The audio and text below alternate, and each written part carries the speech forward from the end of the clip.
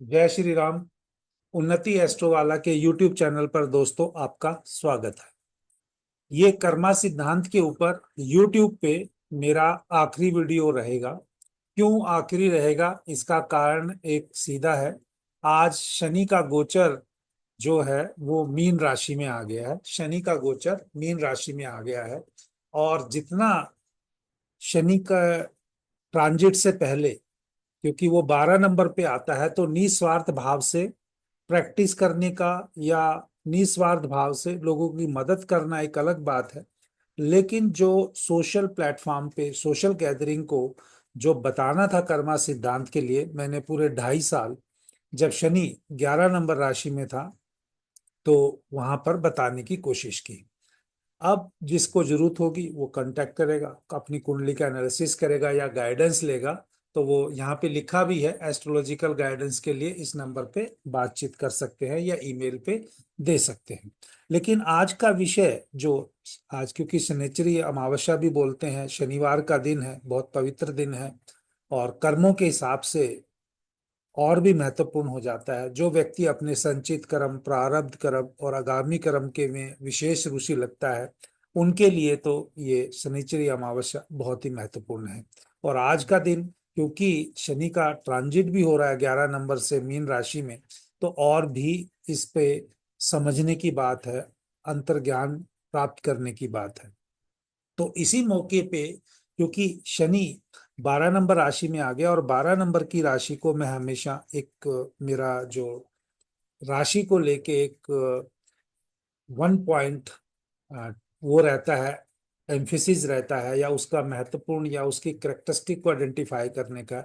जब भी 12 नंबर राशि में कोई ग्रह का गोचर करे या कोई किसी की कुंडली में 12 नंबर की राशि में बैठा हो, तो उस व्यक्ति को एक यूनिफॉर्म, बगैर किसी द्वेष भावना के या बगैर किसी के सेग्रीगेशन के या आइडेंटिफिकेशन के, अमीर गरीब की ये सब छोड़ के एक यूनिफॉर्मिटी से काम करने का समय होता है। अगर आप निस्वार्थ भाव से नहीं कर सकते, अगर निस्वार्थ भाव से भी करेंगे तो आपको उस काम के करने का मतलब उसके बदले में कोई लालच नहीं होना चाहिए, या उससे अगर कोई आपको बहुत ज्यादा मैनुपुलेशन नहीं करनी चाहिए। इस निस्वार्थ का भाव है। एक कहने की बात है कि अगर एक मान लीजिए मंदिर में पुजारी पूजा कर रहा है, तो वहां पे जितनी भी मंदिर में मूर्तियां स्थापित है, उस पुजारी को सभी मूर्तियों के वहां पर जो पुजारी देखेंगे, सभी मूर्तियों को, सभी देवी देवताओं को यूनिफॉर्मिटी से पूजा करते हैं, वो पंडित जी हमेशा अच्छे होंगे। और कुछ पंडित जी देव देखे होंगे, कुछ मूर्तियों के सामने ज्यादा टाइम लगाते हैं, कुछ के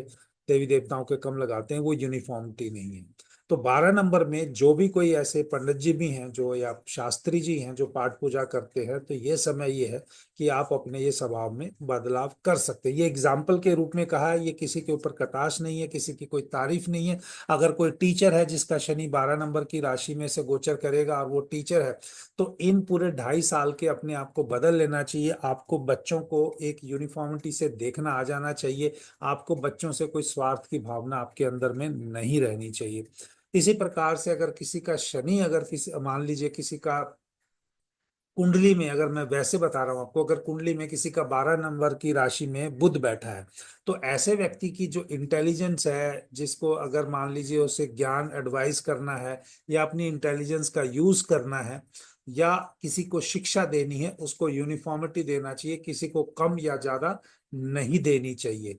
तो अभी ये जो आज मैं आपको बता रहा हूं, क्योंकि यहाँ पर 11 नंबर से ये एक बहुत ही, जिनको मैं दिल से साधु संत मानता हूं, उनके पास मेरी कोई कुंडली किसी उनके टीम के मेंबर ने नहीं दी। मैंने स्वयं जो भी मुझे लगा, जो मेरी इंट्यूशन है भृगुनंदी नाड़ी के हिसाब से या वैदिक से, या जो उनके करेक्टरिस्टिक को देखते हुए ये मैंने कुंडली बनाई है।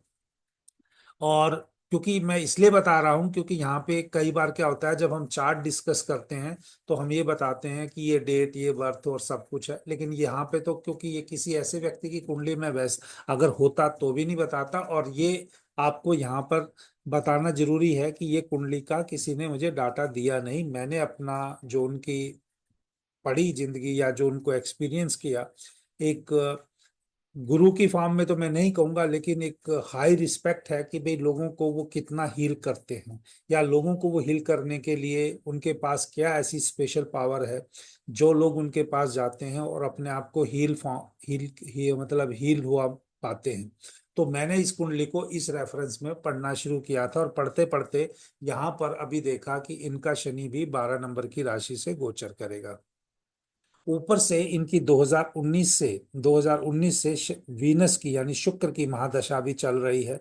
और मेरा अपना प्रिडिक्शन करने का जो तरीका है वो विशेष रूप से नक्षत्रा बेस्ड है, क्योंकि जो राशि भी है वो राशि जो हमें जो मिलती है चंद्रमा के अनुसार जिस नक्षत्र में होता है वो राशि मिलती है, नक्षत्र के अनुसार मिलती है।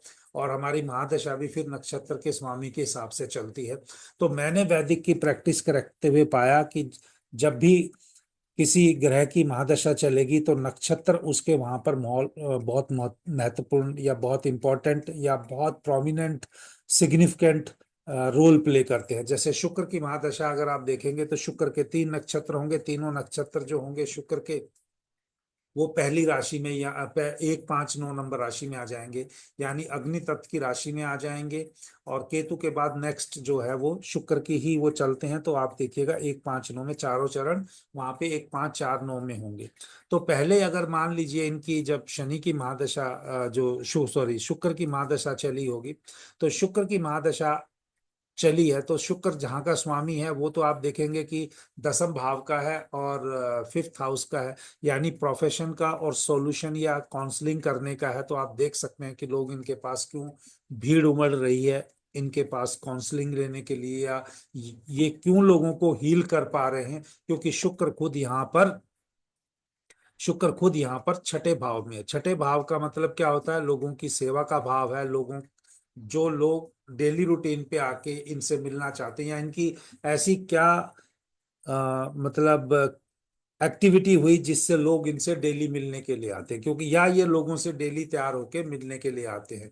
तो ये शुक्र के साथ है। यहाँ पर आद्रा नक्षत्र में बैठा है, और राहु ही इनके लगन में भी बैठा है। तो एक तरह से लगन और 6ठे भाव का संबंध इनडायरेक्टली और इनडायरेक्टली यहाँ पर बन भी रहा है।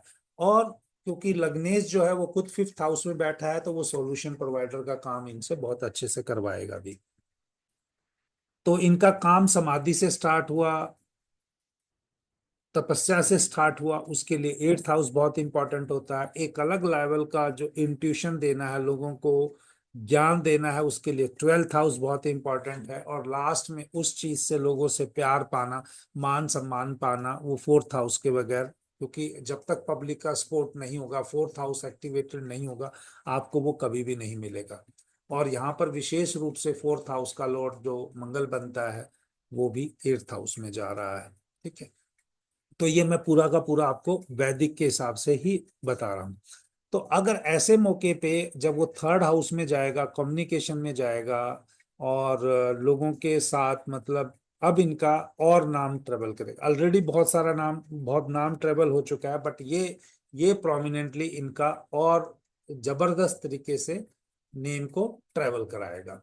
जब यहाँ पर नेम ट्रेवल होगा तो इनका ये अब ये पीरियड कब से स्टार्ट हुआ होगा, जब इनका यही 4 8 12 के त्रिकोण में शनि आया होगा। तो शनि जब 8 नंबर की राशि यानी 11th हाउस में आया होगा, तो आप यहाँ पे 2.5 साल यहाँ, 2.5 साल यहाँ, 5 और 2.5 साल यहाँ, और 2.5 साल यहाँ। तो पिछले 10 साल मतलब इनकी लाइफ को चेंज करके रख दिया। अब ये क्यों चेंज करके रख दिया, जब ये जातक पढ़ते हैं या जिनको ज्यादा एस्ट्रोलॉजी में होगी वो डिकोड भी कर सकते हैं, या वो हमसे भी कोई कोर्स अगर वो करना चाहते हैं तो उसके दौरान उनको बताया जा सकता है। और अभी ये 10 साल कंप्लीट हो गए, अगले 2.5 साल हो, क्योंकि ये टोटल जो शनि का जो ट्रांसफॉर्मेशन देता है, ये अप्रोक्सीमेटली 15 ईयर्स का टाइम लेता है। मतलब 15 ईयर्स में वो चीजों को कंप्लीट कर देता है जो 8 साल में। तो ये 2.5 साल और है उनके। लेकिन जब यहाँ पे आप देखेंगे कि शनि जब 1 नंबर की राशि में आएगा तो ये इनका साइकिल कंप्लीट हो जाएगा। तब किसी और इनके आगे चेले की या किसी और को इनका आशीर्वाद रहेगा, वही इनकी संगत को हैंडल करेंगे। तो समझिए यहाँ पर मैं आपको क्यों बता रहा हूं कि ये शनि की इम्पोर्टेंस है, कि जब शनि ने आपको बताया है, और आज शनि का कर्म कारक है, मैंने यहाँ लिखा भी है, कर्मा को भी मैंने आपको बेसिकली आज के टाइम के हिसाब से उसकी डेफिनेशन बनाई है, क्योंकि कर्मा का मतलब ही है आपके जो पिछले कार्मिक कार्य हैं उनको एक्शन के द्वारा कार्मिक action, detachment and management of worldly affairs. आप डेली अपनी दिनचर्या को कैसे मैनेज करते हैं और कैसे अपने कर्मों को काटते हैं, वो समझने के लिए आपको चाहिए संचित कर्म। संचित कर्म के लिए आपको हमेशा केतु बहुत इंपॉर्टेंट होता है। केतु यहाँ पर 4 नंबर की राशि में है। 4 नंबर की राशि बताता है कि पिछले जन्मों के हिसाब से इनके सारे संचित कर्म हैं जो 4 नंबर में बैठे हैं, इमोशंस के घर में बैठे हैं, पब्लिक केयरिंग के रूप में बैठे हैं, यानी नर्सिंग वाले में, यानी नर्चरिंग वाले में आप कह सकते हो। नर्सिंग तो मेडिकल टर्म होगी, इसलिए नर्स जो बनती हैं वो भी पेशेंट्स की केयरिंग करते हैं। कहीं ना कहीं उनका कैंसर का या मून का बहुत प्रोमिनेंट कॉम्बिनेशन होता है। तो यहाँ पर इनके चार्ट में भी है। तो लोगों को बेसिकली इमोशंस के द्वारा नर्चरिंग करना या उनको मतलब इमोशनली स्ट्रांग बनाना इनके कार्मिक उसमें लिखा हुआ है।